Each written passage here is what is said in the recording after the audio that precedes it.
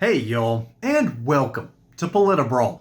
My name is Brian, and Marjorie Taylor Greene causes Congress to go into complete meltdown mode, all because she threw in a little dig at Jasmine Crockett. Let's dive in. Does any other member seek recognition? Mr. Chair Chairman, recognizes Ms. Greene. I'd like to know if any of the Democrats on this committee are employing Judge Merchan's daughter. Please tell me what that has to do with Merrick Garland. Is she a porn star? Oh, Goldman. That's right. He's advising. Okay. He's advising who? What? Do you know what we're here for? You know we're here about just AG. I don't think you know what you're here for. Well, you the one talking about. I think your fake eyelashes are messing up. No, with your ain't reading. nothing. Hold on. Listen. Order. Mr. Chairman, That's beneath would even you you, please Green. regain That's beneath order even of your you. committee? Order. Please. There's a point of order. We have a point of order. Mr. Lynch, state your point. Mr. Chairman, I would just like to ask the parliamentarian if your conduct here in raising money in connection with this hearing is referable to the Ethics Committee within this hearing. Is a motion in order to refer your conduct and your abuse of It's not a point of order. Mr. I do have a point of order, and I would like to move to take down Ms. Greene's words. That is absolutely unacceptable. How dare you attack the physical appearance of another person? Are your Move feelings hurt? her words down. Aw. Oh, girl, baby girl. Oh, really? Don't even play. Baby girl? I don't think we are going to move, and we're going to take your words down. I second that motion. So who will have to pay us? Okay. All right. We're suspending. Absolutely. No.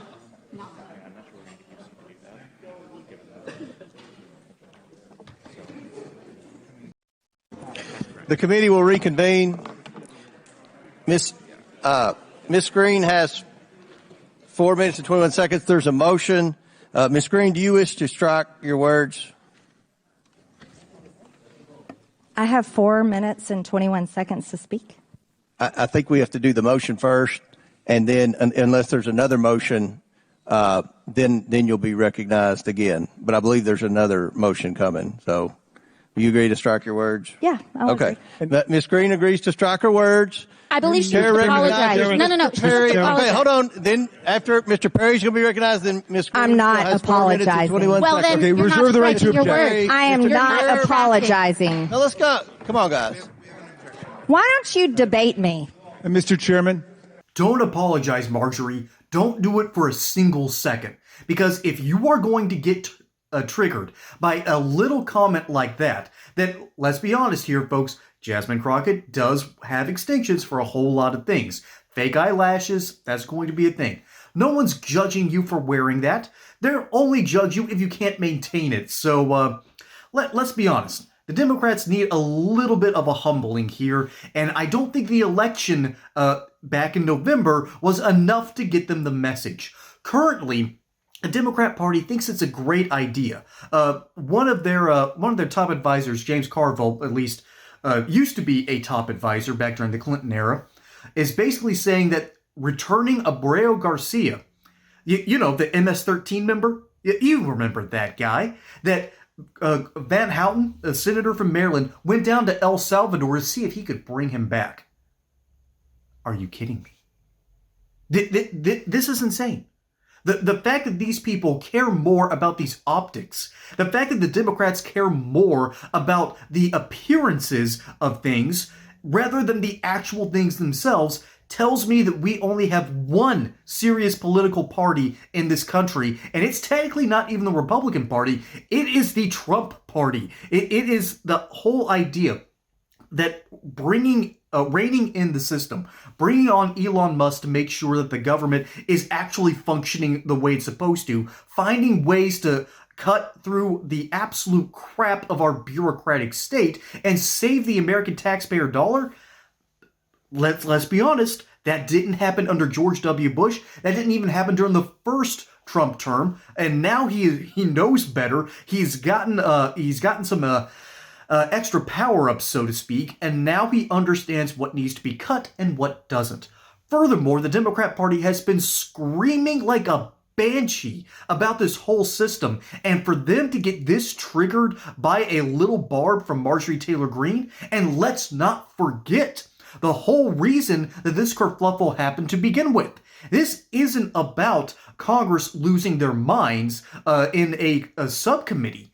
This is about Judge Merchan. Remember that dude? Yeah, remember the dude that had to bring a lawsuit against Trump, who had a daughter that was a Democrat paid operative. This is how she made her money. And normally, when a judge or a lawyer or a part of a political process, a part of a judicial process, it's not just political, but when you're part of a judicial process and it turns out you're too close to the story, you might have a relative that's involved in this, you recuse yourself and then pass it on to the next person. A good example of this is actually the Ahmaud Arbery case down in Georgia, where a whole bunch of the district attorneys and their lawyers happened to know the plaintiff in that case, and so they had to recuse themselves time and time again until finally the governor appointed a state prosecutor, a special prosecutor to go down and deal with that case. So that's what should happen under a good judicial system. But folks, we do not live in one. We live in a system that is quite literally paid by the American taxpayer and is being abused mostly by the Democrat Party. There are abuses by Republicans. It happens. It's going to happen. But by and large, it's the Democrat Party that has lied time and time again about what is supposed to happen and what should happen when it comes to American justice. So Judge Merchan brought up a case against Donald Trump, basically saying that Mar-a-Lago wasn't valued properly. Which was, by the way, complete and utter nonsense. But his own daughter happened to be a Democrat operative. This is what she worked with. Okay. Jim Jordan actually subpoenaed the company. So Jordan sent a letter to Michael Nellis, the founder and CEO of Authentic Campaigns, a company that's done political work for top Democrat clients like President Biden and Vice President Kamala Harris. And later on in this quote, the committee wrote to Lauren Merchan, the company's president, and Judge Merchan's daughter. Folks, that is by definition being too close to a situation. That is quite literally the moment that you need to recuse yourself and let someone else who isn't dealing with the case or doesn't have ties to this case, and let someone else dispense justice.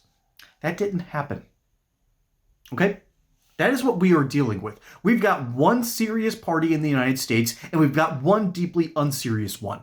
That unserious party cares more about decorum in the House and the optics of looking like they actually know what they're doing, when the reality is they're running around like a bunch of chickens with their heads cut off. Okay? It is a nightmare dealing with the Democrat Party because they refuse to own up to the fact that they've allowed illegal immigration to basically break their own political coalition, all to placate the minds and hearts of bleeding heart liberals and, more importantly, rich white liberals. That's what's going on here.